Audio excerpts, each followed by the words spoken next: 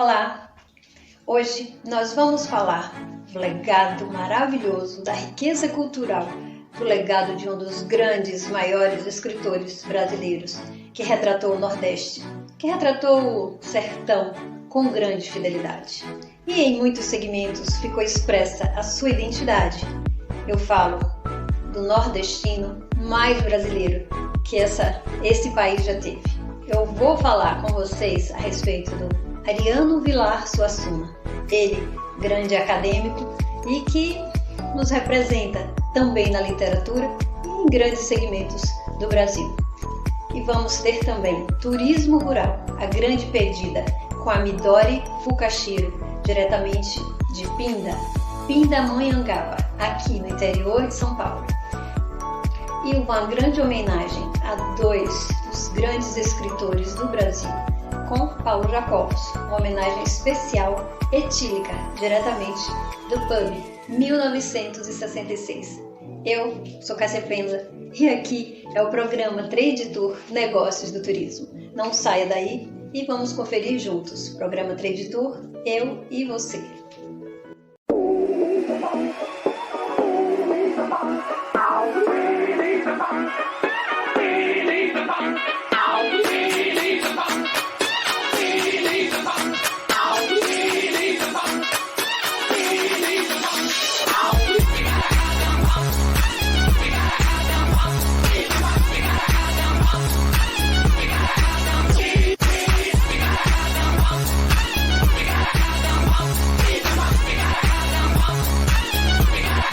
Yeah, baby.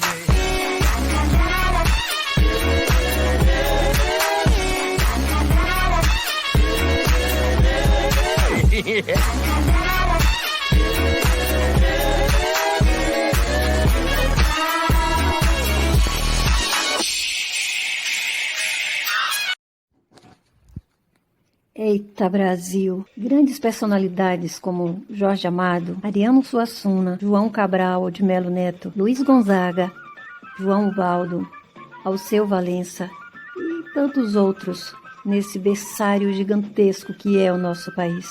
O único bioma exclusivamente brasileiro, revestido boa parte do coração do sertão nordestino. Lá é um grande berço de muitas manifestações culturais genuinamente brasileiras e nordestinas. E na arte escrita, a cultura sertaneja também tem espaço de destaque e um grande nome que representa a nossa cultura rica e única. É o nome do Ariano Vilar Suassuna, nascido em Nossa Senhora das Neves, que hoje é João Pessoa. Ele gostava mesmo era de gente doida. O nordestino mais brasileiro desse país. Ele foi ocupante da cadeira 32 da Academia Brasileira de Letras. Seus inúmeros títulos sempre retrataram como pano de fundo o Brasil, o Nordeste, o sertão. E foi lá, em São José do Belmonte, Pernambuco, que ele ganhou um castelo. Pessoal, eu sou o arquiteto Carlos Munhoz e hoje a gente vai falar um pouquinho sobre o Castelo Armorial, que é uma belíssima construção que existe no interior de Pernambuco. Essa construção surge da ideia do Ariano Suassuna, junto com o empresário Clésio Novaes, de transformar em arquitetura a ideia do movimento armorial. O movimento foi uma criação do próprio Ariano Suassuna no início dos anos 70 e tinha a ideia de levar a cultura popular nordestina para as artes plásticas, literatura, teatro e a dança. Bom, então dessa interação entre o Clésio Novaes e o Ariano Suassuna, eles, numa conversa, o Clésio Novaes propõe construir uma arquitetura armorial e o Ariano Suassuna deixa na mão dele, né? E, bom, aí o Clésio faz o projeto e tenta transformar essa visão do Ariano, da cultura popular, em arquitetura. Então, o próprio Ariano não gostava da arquitetura modernista brasileira e defendia uma arquitetura vernacular popular, que refletisse a cultura brasileira, né? E ele, inclusive, detestava Brasília, porque ele achava que era uma cidade pálida, estéril, um lugar péssimo para se viver, né? Bom, o castelo então começa a ser construído em 2002 e ele reflete exatamente a visão do Ariano, a cor do Nordeste, os personagens do Nordeste, tudo isso cristalizado em arquitetura, né? E o resultado é belíssimo, lembra assim aqueles templos hindus, muito rico visualmente nos detalhes, não só na primeira impressão, como nos detalhes, onde reside a verdadeira cultura.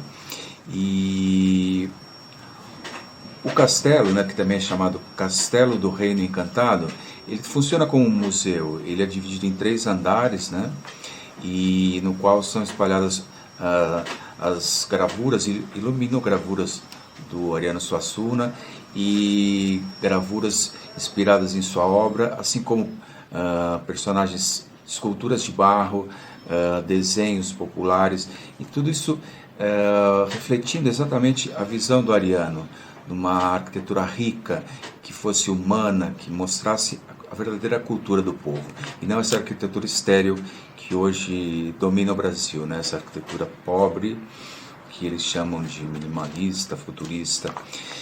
Enfim, é um lugar que vale a pena ser conhecido, não só pela riqueza dele, mas porque ele traz também toda uma história da cultura nordestina, que isso é revivido numa cidade cenográfica que tem no 3º andar, onde é reconstruída todo o cotidiano da vida nordestina, de uma cidade nordestina nos anos 30. Então, você tem a escola, você tem a casa, você tem o escritório, o lugar de trabalho, ou seja, é um museu completo sobre a cultura nordestina. E então tá aí a dica, quem puder, estiver passando lá em São José do Belmonte, que fica a 400 quilômetros do Recife, não perca o Castelo Armorial do Reino Encantado, que é uma viagem na obra e vida de Ariano Suassuna e do próprio espírito nordestino, tá bom? Então espero que vocês tenham gostado. Ariano Suassuna é um nome bastante importante na história da música brasileira. Ele nasceu na Paraíba, ainda nos anos 20, o pai dele era o governador da Paraíba, mas o pai dele foi assassinado por motivos políticos. Quando Ariano ainda era criança, ele foi morar no sertão, e onde ele desenvolveu uma personalidade muito forte como homem e também como escritor, e ele veio escrevendo e tornando-se uma pessoa relevante na cultura pernambucana, até que em 1970 ele fundou o movimento armorial. Nessa época ele participava do Conselho Cultural da Universidade de Pernambuco. Então, qual era a ideia do movimento armorial? Quer dizer, a palavra armorial quer dizer os brasões, né, aqueles livros medievais que você tem os brasões de armas das famílias. Ele se inspirou nessa questão da presença do passado, né? Então, ele começa a incentivar a pesquisa das raízes da cultura popular, que chamamos de folclore, para que se faça uma nova arte erudita. Essa arte erudita que tem a ver com literatura, cinema, culinária, teatro, inclusive a música. Então ele funda a Orquestra Armorial e o Quinteto Armorial, que vai pesquisar essa tradição pernambucana que é incrivelmente rica e que estava basicamente desprezada. Então, se a gente pensar em Pernambuco, né, a gente tem o maracatu, você tem o frevo, você tem os repentistas, você tem os cocos.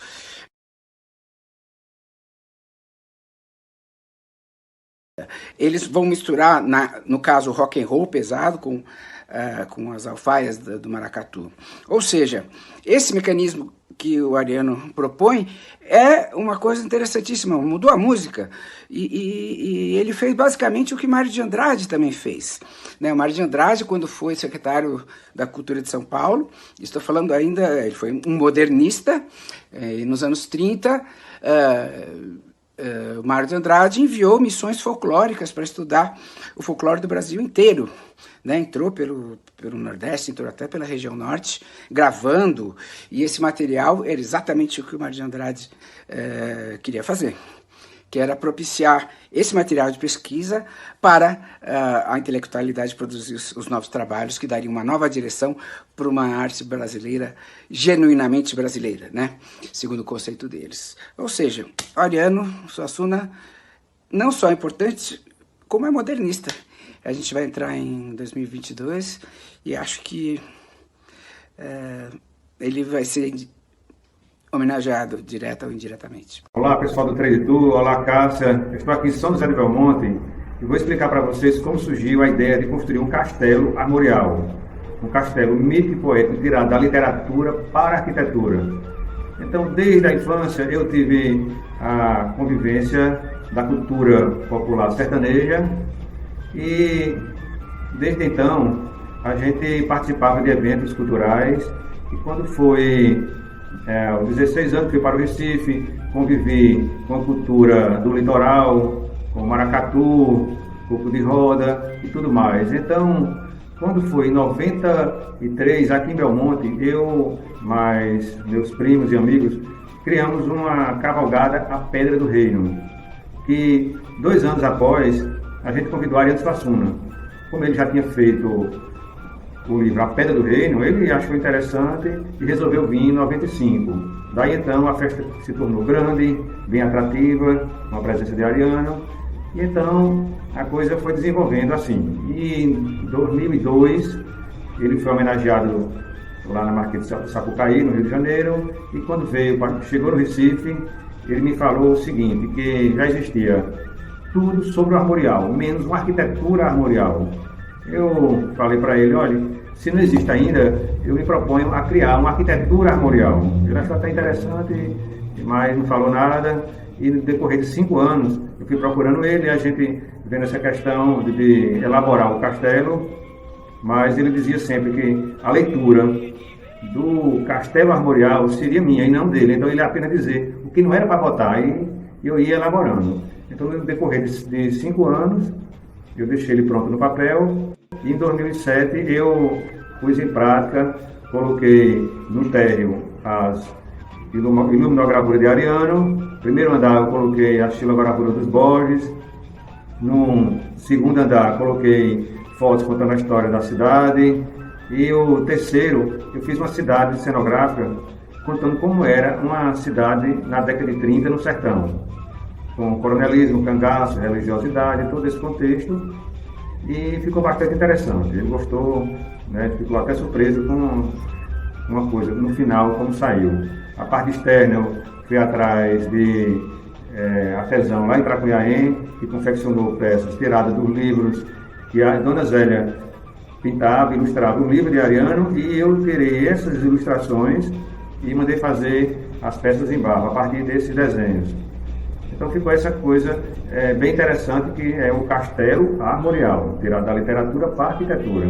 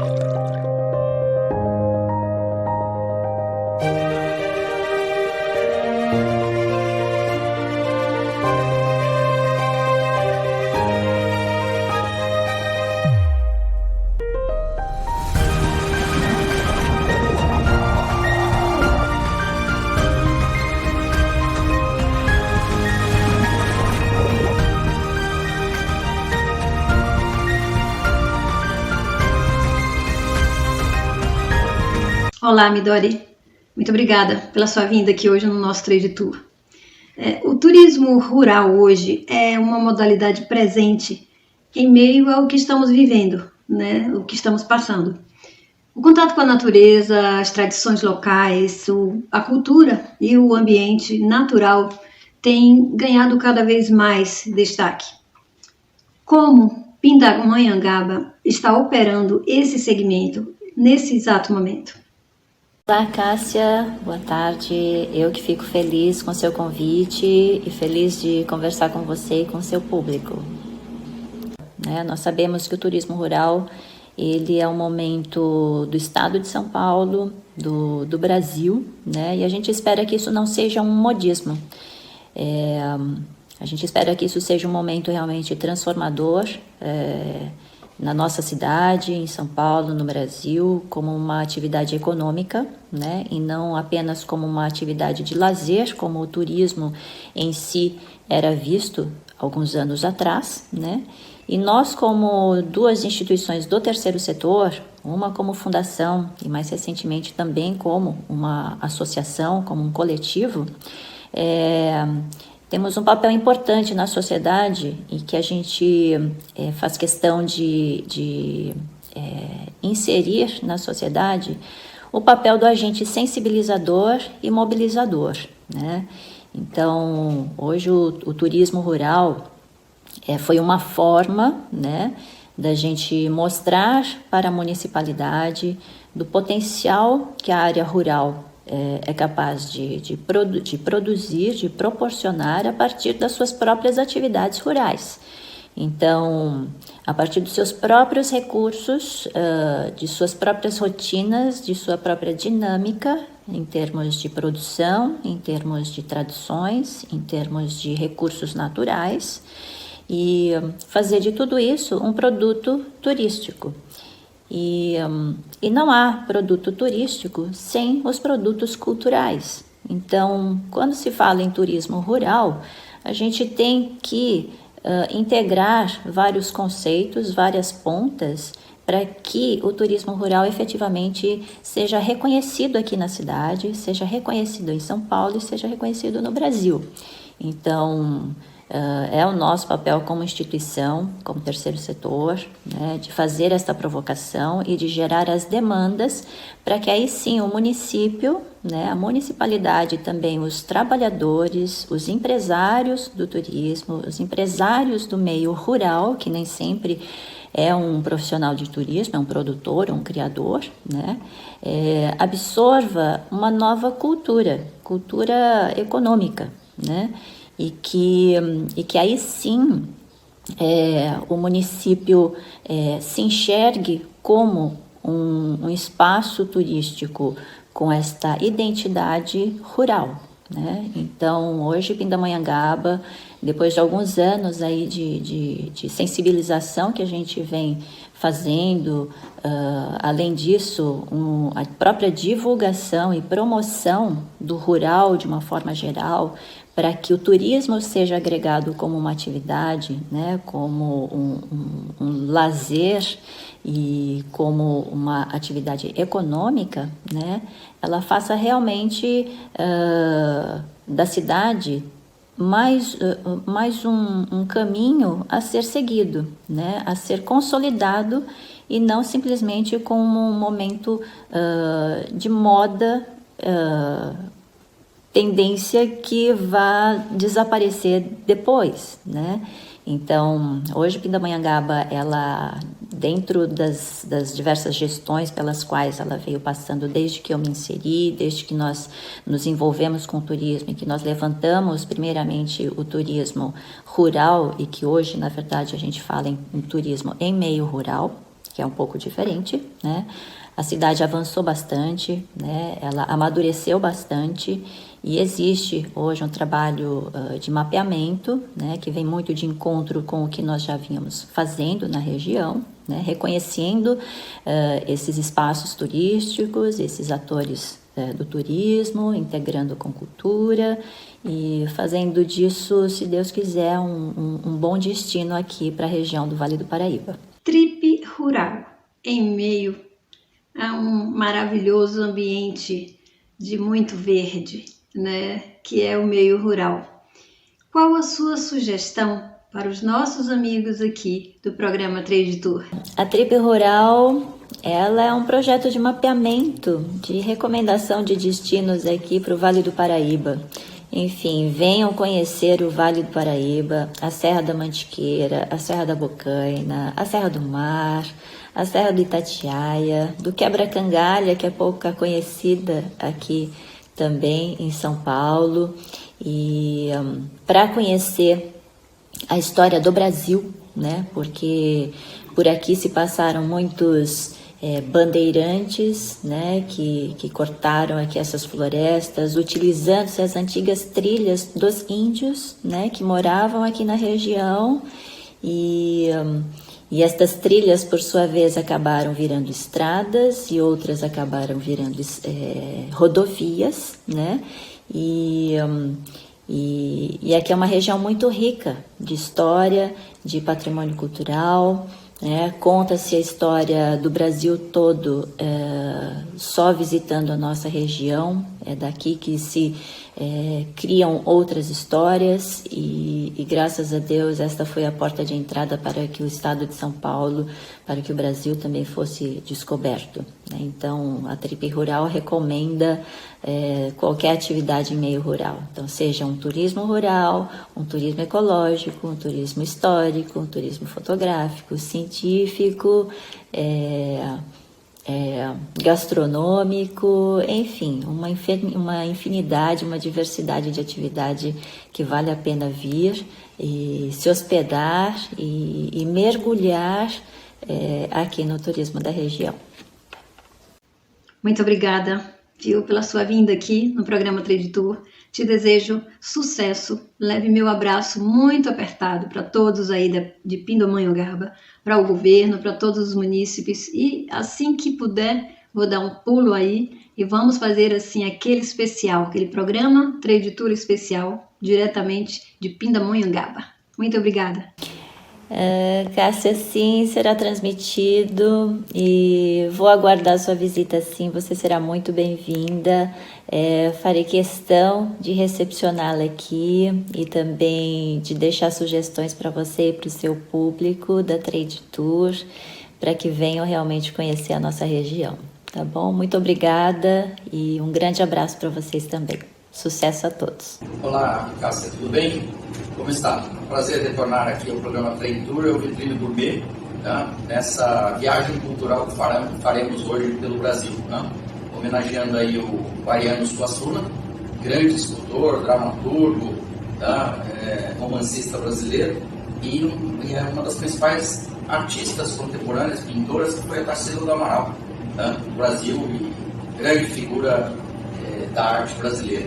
Então, para homenagear esses dois grandes artistas brasileiros, o grande poeta Ariano Suassuna e a Tarsila do Amaral, vou fazer dois livros, um brasileiríssimo, tá? Muito fácil de fazer, que vai ser o Rabo de Galo, literalmente traduzindo a palavra coquetel de inglês para português, que é simplesmente cachaça com vermute tinto, né? Um drink montado, drink de boteco, como a gente chama.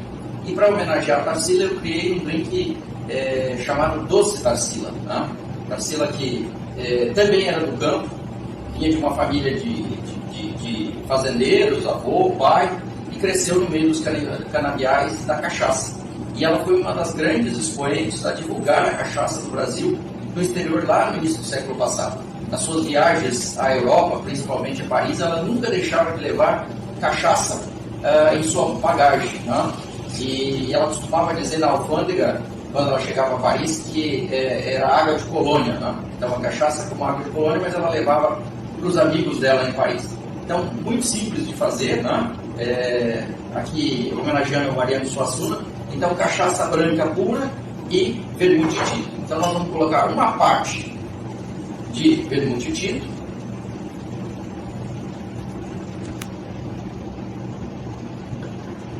para 2 partes de cachaça branca pura. Em algumas regiões do Brasil costuma-se usar Cynar, tá? Mas o mais tradicional é realmente isso. Então, copo pequeno, tá? Não tem decoração nenhuma. Aqui está o rabo de galo, uma tradução literal da palavra coquetel, homenageando aí o Ariano Suassuna. E agora para homenagear Tarsila do Amaral, o coquetel que eu criei, doce Tarsila, né? Com gosto de cachaça, que ela adorava. Eu aqui vou usar uma cachaça de amburana, perfumada. Amburana é cerejeira, né? Envelhecida em cerejeira. E como ela frequentava muito Paris, gostava de levar cachaça para os amigos dela parisienses conhecer, né? Eu estou usando aqui no Imprat, que é um dos principais componentes do Dry Martini, né? E um vermute branco doce francês chamado Lillet, né? Então nós vamos fazer ele mexer numa taça clássica de champanhe, né? Como nos bons tempos aí clássicos em que Tarsila viveu e viajou muito a Paris na década de 20, década de 30, né? Logo depois do movimento das artes modernas brasileiras, e que hoje tem como grande obra, além de outras todas, a mais conhecida, é o Abapuru, né? Que também, do tupi, literalmente traduzindo, homem que come gente ou homem antropófago. Então nós vamos colocar uma parte de cachaça de amburana. Eu estou usando aqui uma feita em São Paulo, a nossa Tarsila do Amaral tinha suas origens. Gotas de vermute branco seco, eu estou usando francês, mas você pode usar um vermute nacional. E uma parte igual de cachaça de Lillet, que é o vermute branco doce francês. Nós vamos mexer isso rapidamente. Se você não tiver aqui o copo misturador, o mix glass, como eu costumo dizer, você pode fazer numa jarra mesmo, né? Para simplificar. Às vezes a gente não tem equipamento profissional. Eu estou usando aqui uma taça tradicional da boca larga de champanhe, né? Do início do século passado, as grandes festas. Vou passar para cá, para essa taça. Veja a cor dourada, bela, tá? Cores que lembram também até lá o sol do Abapuru. E para decorar uma cereja com algumas flores. Então hoje nós temos aqui a doce Tarsila e o famoso rabo de galo homenageando Ariano Suassuna, né? Que é um dos precursores do movimento armorial. Saúde! Espero que você tenha gostado do programa de hoje. Muito obrigada pela sua companhia e pela sua audiência.